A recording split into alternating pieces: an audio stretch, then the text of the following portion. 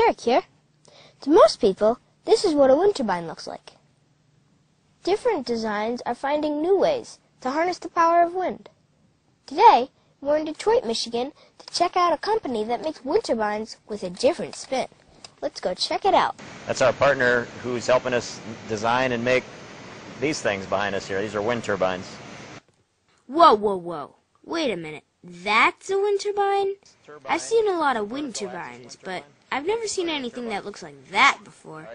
Ken explains the difference. Well, yeah, the kind that you probably saw in the field was called, it's a propeller. They spin like this. They call them horizontal axis wind turbines because you have the axis that the propeller spins on is horizontal. And this is called a vertical axis wind turbine because you see the axis is in the middle and it points vertically up from the ground.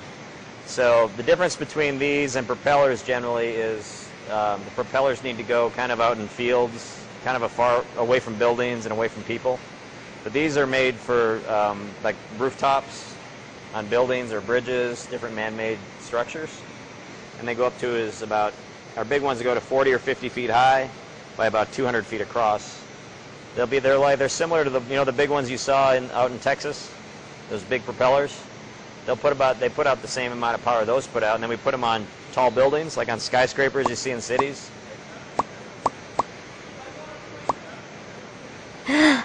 This one's 10 feet by 20 feet. Now the sail is, like I said earlier. What does this one make? This turbine will make, we call it a 10 kilowatt turbine, but it'll actually go up to probably about 18 kilowatts.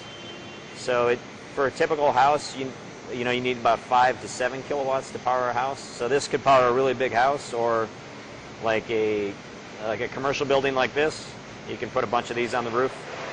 And another thing with vertical axis turbines compared to horizontal axis with propellers, we've designed these for rooftops. So when the wind, like if you have a roof on a house that's sloped, it's kind of sloped like that, the wind comes off the roof and then it compresses. So at the very top of the roof, there's a lot more wind energy there than there would be down here. And then so we put our turbine right there where there's more wind energy. So what it does is when you do that, your wind down low with that increased energy is similar to having your turbine way up here.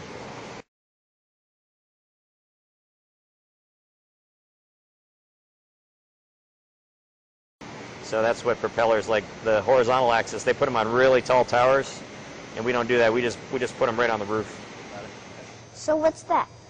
But the gray thing here, that's the generator. That's where they make all the electricity comes from. See, when this thing moves, like when the wind's blowing and it spins like this, there's plates inside that have a bunch of magnets and a bunch of copper coils, and then they spin. So when the magnets pass over the coils, that's how you create electricity.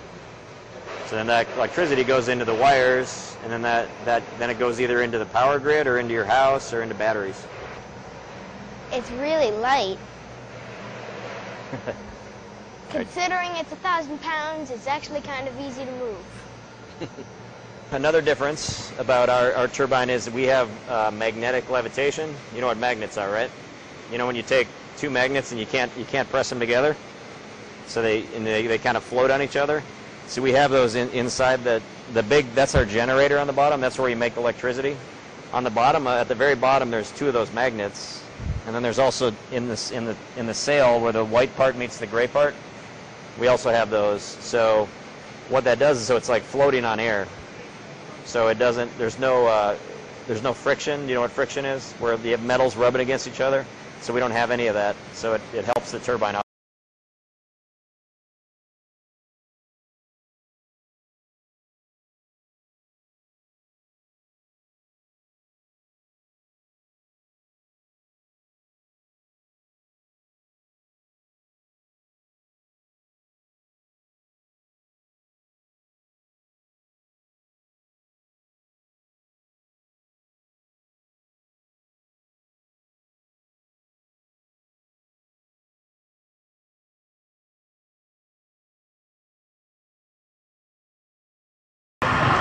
The crane is now lifting the actual turbine onto the barn roof.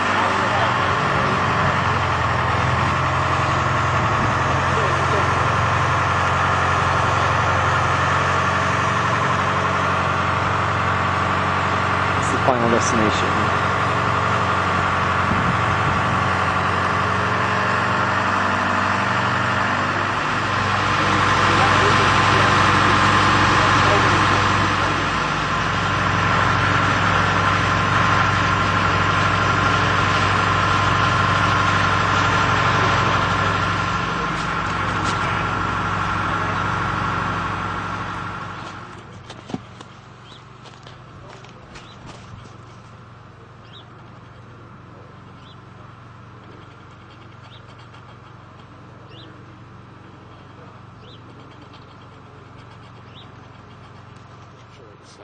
It's down. They're taking the ropes off. So.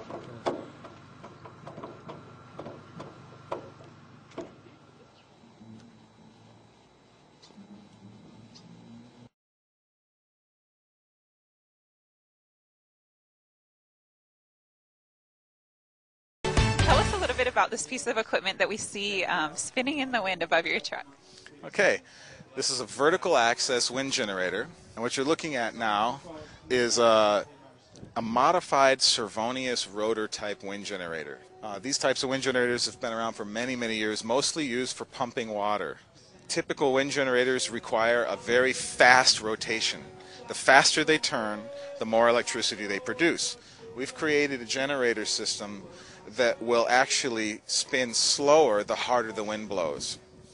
We've got an axial flux generator, and there's a controller, and it senses the speed of the rotation, and it draws more magnetic energy off of the unit, which creates more power, but it also slows the unit down. This will also help the longevity of the unit because there is less wear and tear on the parts. If you've noticed out in Haiku, if you've ever heard one of those wind generators running, it's pretty loud, and the faster they spin, the more power they make, but then the bearings are wearing out, and there's a lot of wear and tear, and the neighbors are going nuts. These units are designed to fit on a home in a residential area. We've checked with the county, and they're very excited about having these permitted. In fact, most of the guys at the county wanted to get one themselves first. And all right, we're standing up top here looking at the vertical axis wind turbine. This here unit is the Magwind unit, and I'm going to stop it now, and we're going to take a closer look at this. If you get a little closer, you can see there's a coil inside there. These are the magnets on top. There's another plate just like this inside the unit that rotates, and it runs past these coils. Now this system is very unique. There's no brushes, there's no armatures, there's nothing to wear out. The wire comes directly out of this thing, and that's it. There's not a lot of complicated parts in this thing. Now when this thing spins, the magnets are passing the coils. There's one on top and one on the bottom, and they pass the coil. This is a negative magnet, this is a positive magnet, this is a negative magnet. So as it's passing by it, we're actually getting AC current. Most wind turbines put out DC current. AC current is very convenient because it'll travel a long distance to a power cord. There's many other reasons this is very unique. Most wind turbines have to spin very fast, like I said earlier. The harder the wind blows, my controller senses the speed, and it'll take more power off of the coils, which creates a magnetic brake. So the harder the wind blows, the slower the turbine will turn. We have an emergency feature, and it'll lock the unit up. Now it won't completely stop moving because as soon as the unit stops turning, there's no electricity. As soon as it starts to move, it creates a little electricity and stops it. And then it starts to move, and then it stops it. The thinking that we have is that the willow tree bends in the storm and the oak snaps. So we want the unit to continue to turn even in a 200-mile-an-hour wind, therefore hopefully surviving it if your house survives. And you still have some power when the storm's over and you come back home. The larger unit that we're talking about installing is 14 feet in diameter, 8 feet tall, and it's magnetically levitated. Okay? There's a magnet underneath and another magnet on the base, and it floats on a cushion like the Japanese magnetic train. And it floats on this cushion because we don't want any vibrations to transmit into the building. We want it to be very silent. I've got pictures of birds sitting on top of this thing, riding it around in circles in a very strong wind. This is a very safe unit. It's not going to make any noise. When this thing is running really fast, it's not going to make any noise because it doesn't run fast. It's producing a lot of power at a low rotational speed. And we're pretty excited about it. We have a lot of good responses. We've got many different sizes, and we're hoping to get many of these installed in Maui and start solving some of the solutions for us. Cost-wise, how much money could this save somebody or a homeowner who purchased it?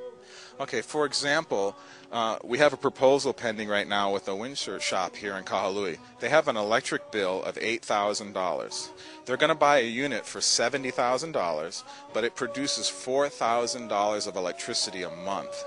So their rate of return is going to be very fast. Now, this was before any tax credits or incentives. So when you add those in there, their payoff time is almost nothing. And then he'll be in a positive cash flow. He has other rental units. He owns the whole building, and there's other shops in his building. If the first one goes good, we're looking at installing several other ones, and he's just going to include the utility